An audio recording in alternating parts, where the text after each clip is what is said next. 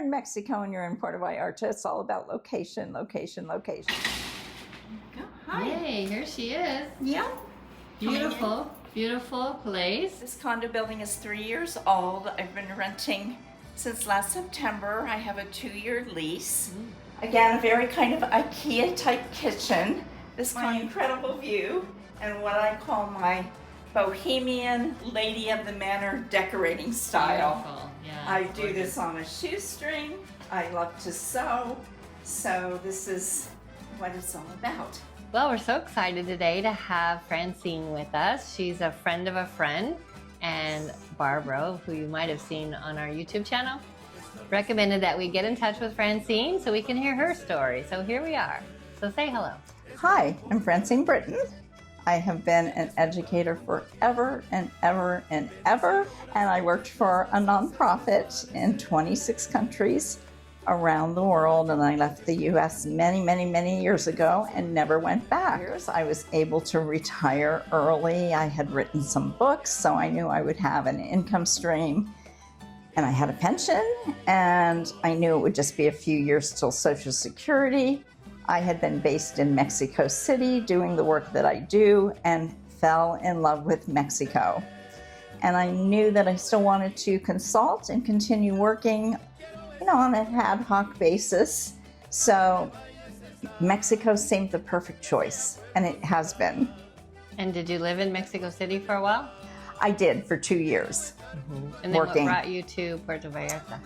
Well, it was a little bit of a journey. I initially moved to Ajijic, not quite a good fit, but I did have an international training center there for the last book that I wrote, so I stayed 4 years. And then I decided to try the other coast. There I moved to the Caribbean side of Mexico in the Yucatan, to a small town near Cancun and Playa del Carmen. And again, it was mostly beaches and bars, but I found a need there to open up a learning center. So I did that for kids with special needs and hired a wonderful director. And I was only meant to do what I did in my job when I worked for a big nonprofit, and that is go in, set things up, and then turn it over to the locals. So at that point, I thought, well, let's try the other coast. And so in 2019, I landed in Puerto Vallarta, and I initially shared a place with my good friend Barbara, who you've seen on the videos. She decided to do the same thing. She was living in San Pancho a few months out of the year. So we split a lease. She tried it for 6 months, and I tried it for 6 months. And within the first 2 weeks, my neighbor came running down and he said, "You're gonna stay, right?" And I said, "Yeah." And he said, "I have the perfect apartment for you." I just happened to see the sign hanging from the wall. He said, "Let's go." I said, "Do I have time to comb my hair?" And he said, "No, we have to get on this right away. It's 57 steps from the Malecon. Come on, let's go." So he grabbed my hand, we ran down, we ran up the steps, and we walked in, and the ceiling was on the floor. The place was clearly being renovated from top to bottom. And I said, "This is the perfect place." And he said, "Picture that ceiling back up. Look at these walls. They're 12 feet high. Look at this view." And I said, "You're right." So we went down and I signed the lease the next day for $450 a month, including all utilities. And was that a one bedroom, a studio? It was a studio. It was a studio. Nice. So I was in the first apartment all through the pandemic. And after the pandemic, I did want a one bedroom, and I wanted to upscale the apartment a little bit. So I moved up the street on the same street and found a beautiful condo in a building that only had 8 condos in the building. And I was there until I came here. Can you tell us how much that one was that you moved up? Sure, up the street. Okay, when I upscaled a little bit and went to a one bedroom that was in a fairly new building. I think it was 8 years old. So that at the time, and this was a couple of years ago, was $600 a month. And that included everything but the electricity. And what kind of electricity bill do you have there? Right now or no, there? It was about maybe, 500 to 700 pesos a month. Again, I'm out during the day a lot, so I only use air conditioning at night in the room that I'm in. And do you use your air conditioning year-round? No, I do not. No. Most through the winter months, at least 6 months out of the year, you don't need it. Right. And especially where I am now. But in the summertime, absolutely, it's a must for sleeping. What's the best thing about that place? Again, it was very pretty view, and it was in the perfect location. For those of you that know Puerto Vallarta, you know Mi Cafe. It was right across the street, and there's a little creperie on the corner. So again, it's when you're in Mexico and you're in Puerto Vallarta, it's all about location, location, location. Okay, and then tell us how you got here. Okay, well, I'm in a position now where I have a pension, I have Social Security, and I'm also paid to do the work that I do here. So it took into consideration all those factors, and then I eliminated them. And I thought, well, why shouldn't I still try to live as inexpensively as possible? It seemed to make sense. So right now I'm living only on the pesos that I make in Mexico. And the apartment that you're going to see on this video, let me get my notes because I wrote everything down, and I'm going to show Michael the electric bills. I'm in a building that is a very environmental friendly building, and it's called Entorno, which means environment. Now it's not quite finished, and that's one of the reasons I'm able to rent fairly inexpensively here. But my rent, I just calculated it this morning at today's peso rate, is $712 a month. That's what it was in May. That fluctuates a bit with the peso dollar amount. How many pesos is it? It's about it's about 14,000 pesos. And then electricity? Electricity, I just handed Michael my bills for the last 3 months. They go from 344 to a high of 468 pesos. For 2 months. 2 months. 2 months. So I averaged that out and added that to the 712, and that's $13 a month. Everything else is included, including the Wi-Fi. What I do pay is my cell phone plan package that I have had since 2011 when I moved here. The rate's never gone up. It's 299 pesos a month, so that's $15. So now we're up to $740 a month. Now I love to buy good food, but I do shop locally. So I spend $300 US a month on food. That brings us to $1040. I like to eat out. I'm always going to different events and things like that in Vallarta, and I take Ubers. So I figured high for that. I put $250 on. So my basic expenses add up to $12.90 a month. Now, this is all these years later. I am still living on a really great budget. This building is still under construction. I have 2 units that aren't finished on the floor that I live on, and that's about average for the building. So that's one of the reasons it's very reasonable, but it's a deal. Again, if you look and you go local and you talk to people, and again, I found this through somebody who is in the AMPI organization. I just put the word out that I was looking, and this appeared. And this building also has parking available, correct? Yep. Okay. And then For me, this is a great location. The university that I teach the class at is a half a mile away. I have an office in the AMPI office at Plaza Marina, which is 8 minutes away. We're on the north end of town. I'm near the airport. Yeah, it's a really great location. Within 2 blocks, I have a California fruit market, Abastos. Those are all the markets that are all over Puerto Vallarta, and I mainly shop there for everything. So right now, through a friend, I got involved in applying the skills for life, work, and career and success that I have taught all over the world to getting realtors their credentials. Okay, I teach 2 classes a week, 6 different subjects for AMPI Vallarta, which gives the realtors their credentials. And we apply all these skills to ethics and working day to day with clients. And then I created this wonderful class called Mastering Real Estate Skills. And Ampy made a partnership with Univa. And on the front here, it says, "Know more to be more." And that's what Univa is all about. They're La Universidad Católica, and their headquarters are in Guadalajara. So I teach a 25 credit course certified by SEP. So they're getting actual university credits once a month. It's on the first Saturday and third Saturday of every single month. So it feels really real to live here. I'm totally integrated into the community. It's close to, again, where I work.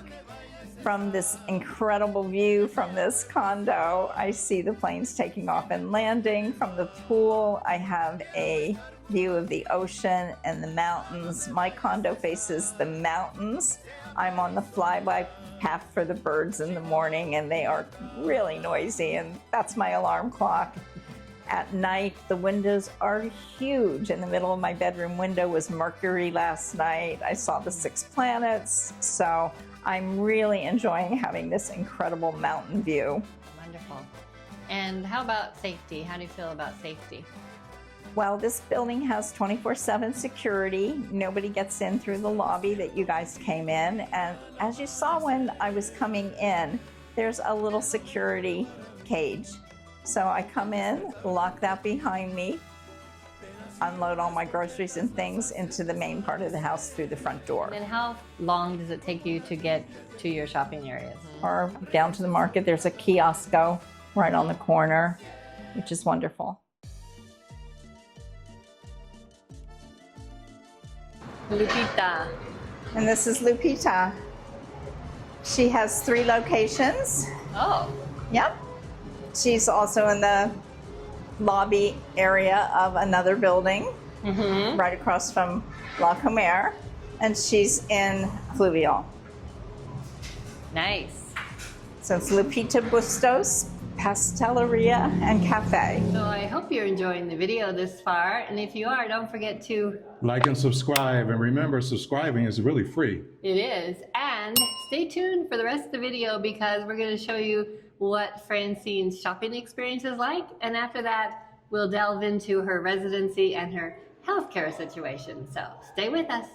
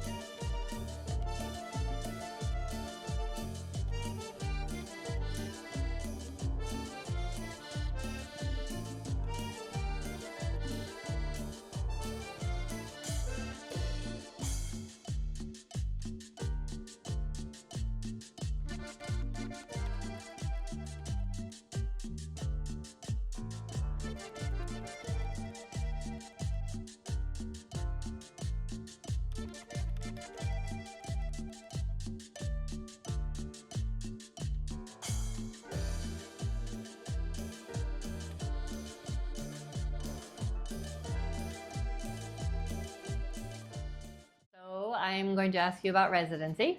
Okay, I was able to be on a temporary visa for a couple of years and then was grandfathered right into permanent residency, which I've had since 2014. Wonderful. Mm-hmm. Okay, Yep. so let's talk about health issues or health care. How do you deal with those? Okay, well, it's a little bit unusual in my situation because I worked primarily in third world countries. When you retire from the nonprofit that I worked for, you get health insurance for life. Oh. Because you can contract malaria or some other disease that you were exposed to up to 40 years after you leave. So you're covered there. So that is one of the reasons I can also live so inexpensively here. Dental, I pay for. I've had the same dentist from the day I arrived. She's great. And she's right downtown and very, very reasonable. For a cleaning, she is $35. Nice. And I take no medication, which is also huge. So I'm not filling any prescriptions. I've just been very, very lucky to be healthy. So are there any negatives about living here? Well, you're not close to downtown. You know, if you want to take an Uber into Centro or the Romantic Zone, it's going to cost about 150 pesos, which is about $7 or $8. Again, it's a bit far for friends that live in town to come out. However, I am making friends in the building, and that's all really good. And again, it's just what you prefer. I prefer to be close to where I work, and I prefer to be close to the office, and it works for me. So any negatives about living in Mexico? Not for me. Again, it felt like I was used to it. I knew the culture in the country. And negatives for other people aren't negatives for me. When I taught my class yesterday, it was the Mexican Day to honor the teachers. So right outside my classroom, they had a tent set up with all the teachers invited and a mariachi band. Oh, nice. So, you know, it is what it is. And we were all fine with having the mariachis play while I was teaching the class. So that would be a negative for a lot of people. The birds are so noisy because I'm on the flyback, but that's a positive for me. I never have to set an alarm. There's rooster about 3 blocks away. And, you know, again, I'm so used to being in Mexico, and not that I consider myself a local. I just feel like I have fully integrated into Mexico. And that's the key. Sure, you can stay in the expat community. You can do everything downtown or in the Romantic Zone, and you can interact with the nationals as little or as much as you want and what your comfort level is. Everybody's welcoming, and Mexico welcomes everyone. They will give you a visa from any country that you want to come from. And sometimes when I'm in my pool, I feel like I'm at the UN. There are so many different nationalities all up there swimming with me.